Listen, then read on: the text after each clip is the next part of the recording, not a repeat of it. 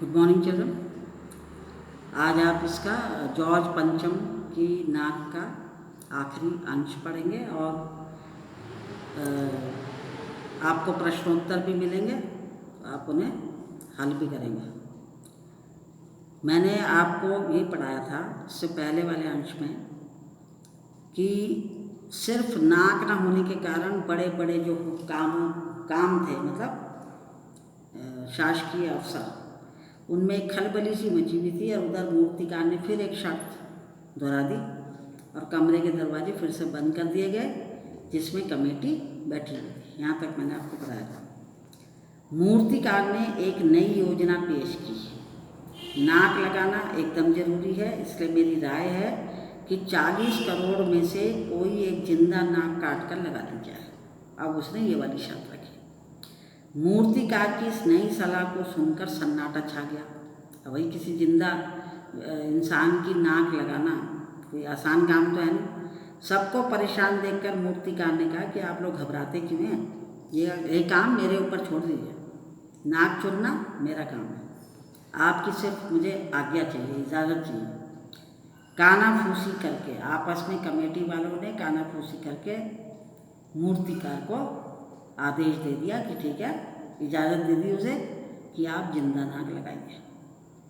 अखबार में सिर्फ इतना छपा कि नाक का मसला हल हो गया और राजपथ पर इंडिया गेट के पास वाली जॉर्ज पंचम की लाट के नाक लग रही है, इतना अखबार में छप गया।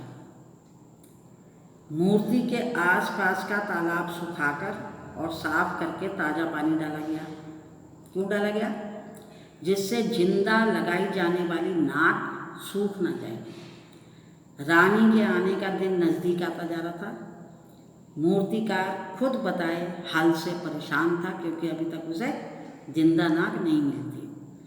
उसने फिर जिंदा नाक लाने के लिए कमेटी से कुछ और मदद मांगी, तो उसे ये कहते हुए मदद दे दी गई कि उस दिन हर हालत में नाक लग जानी चाहिए। अब वह दिन आ गया और जॉर्ज पंचम के नाक लग गई। उसने कहाँ से इंतजाम किया, क्या किया, इसके बारे में कुछ नहीं पता। तो सभी अखबारों में खबर छपी कि जॉर्ज पंचम को जिंदा नाक लगाई गई है, यानी ऐसी नाक जो कतई माने बिल्कुल भी पत्थर की नहीं लगती, मतलब वास्तविक लगती है। वास्तविक तो थी वो। जिस दिन जॉर्ज पंचम के बुत पर, उसकी मूर्ति पर जिंदा नाक लगाई गई, उस दिन देश में किसी उद्घाटन की खबर नहीं थी। कहीं पे कोई उद्घाटन नहीं हुआ, किसी ने कोई फीता नहीं काटा। उद्घाटन होता है तो पहले फीता काटते हैं, किसी भी मुख्य अतिथि को बुलाया जाता है या नेता को बुलाया जाता है, उससे उद्घाटन कराने से पहले क्या होता है, फीता कटवाया जाता है। कोई सार्वजनिक सभा नहीं हुई, मीटिंग नहीं हुई कोई भी। कहीं किसी का अभिनंदन भी नहीं हुआ, किसी का स्वागत भी नहीं किया गया। कोई मान पत्र भेंट करने की नौबत नहीं आई, सम्मान पत्र जो दिया जाता है लोगों को। किसी हवाई अड्डे पर या स्टेशन पर स्वागत समारोह भी नहीं हुआ। अखबार में किसी का चित्र नहीं छपा। किस दिन? जिस दिन नाक लगी थी। सब अखबार खाली थे।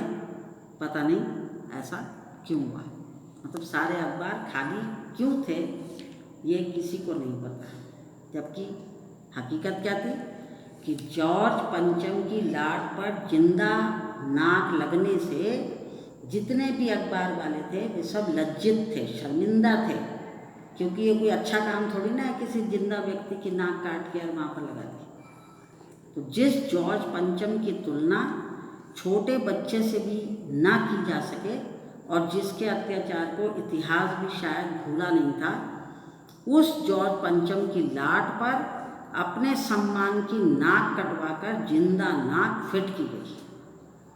जिसने इतने कुकर्म किए थे, जॉर्ज पंचम ने उसकी लाट पर अपनी इज्जत खोकर और हमारे भारतीयों ने जिंदा नाक फिट करा दिया।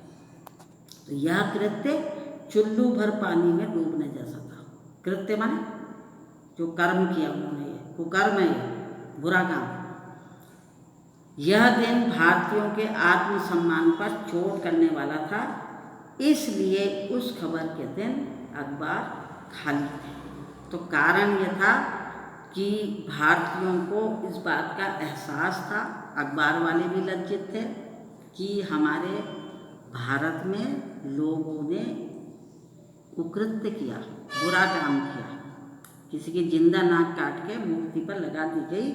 तो इसलिए भारतीयों के आत्मसम्मान पर चोट करने वाला दिन था और इसलिए आदेश दिया गया भाई अखबार में खबर न छापी जाए, इसलिए अखबार सारे खाली पड़े थे। अब आप जो है आपको मैंने 4 अंश के द्वारा पूरा कराया ये पाठ।